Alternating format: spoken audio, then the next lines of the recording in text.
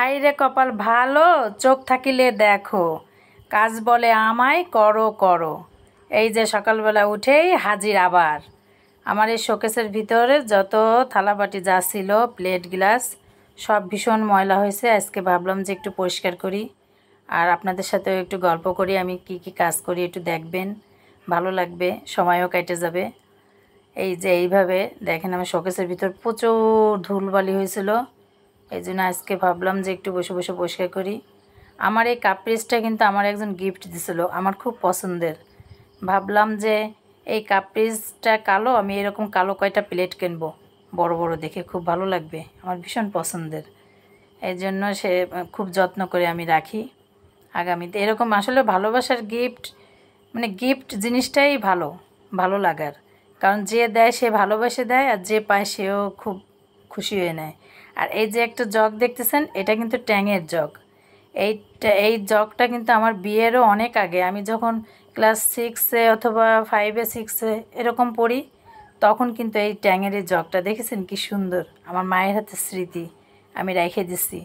এখন এই ধরনের জগ পাওয়া যায় কিনা আমি জানি না, সেই জন্যই আমি আসলে যত্ন করে রেখে দিছি। আমার এই ফিল্টারটা ছিল ওই রুমে, সেখান থেকে দেখেন আমি একা একা ঠেলে ঠেলে এই যে শোকেসের এই পাশে আনতেছি, ফিল্টারটা রাখলাম। মাঝে মাঝে একটু সংসারে মালামাল এলোমেলো করলি ভালোই লাগে, নতুন করে সাজালি। এই দেখেন কাজের মধ্যে চলে আসলো আলুর চিপস।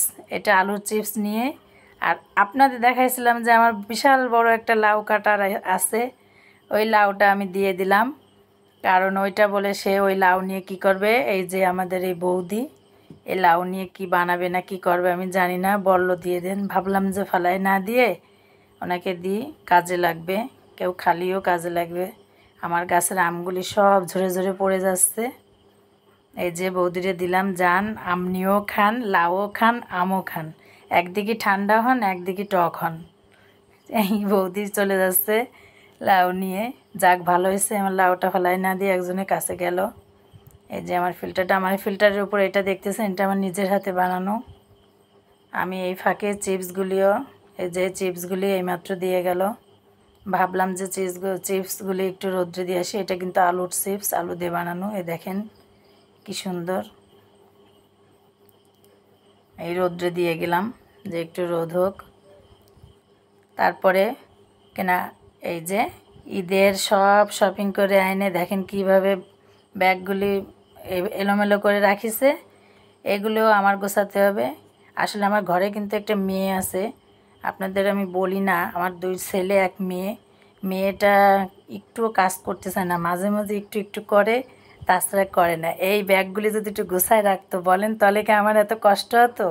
এই কিছুই করতে চায় না, তার মধ্যে শুধু আমারই করতে হবে। দেখছেন আমি একা একা ঠেলে ঠেলে কীভাবে ফিল্টারটা আনছি। এই যে এখন কি করব, সব কিছু আমারই করতে হবে। যাক, কোনো একদিন হয়তো করবে, কারণ মেয়েরা একটু বাবার বাড়ি কমই করে, শ্বশুরবাড়ি যে করবে আমার মনে হয়। কারণ আমিও ছোটোবেলায় ওরকম যখন ছিলাম, আমার বাবার খুব আদরের ছিলাম, তখন ওরকম আমি 1 গ্লাস পানি ঢেলেও খাতাম না। এখন তো দেখ কত কাজ করি, মানে বাবা মারে শান্তি দিই আর না দিই, শ্বশুরবাড়ির লোকজনদের তো শান্তি দিই, তারপরেও তো মন পাওয়া যায় না। আসলে আমাদের মেয়েদের জীবনটাই কেমন, সবাই মন জায়গায় চলতে চাই, কিন্তু একটু একটু ভুলতে টলি কেউই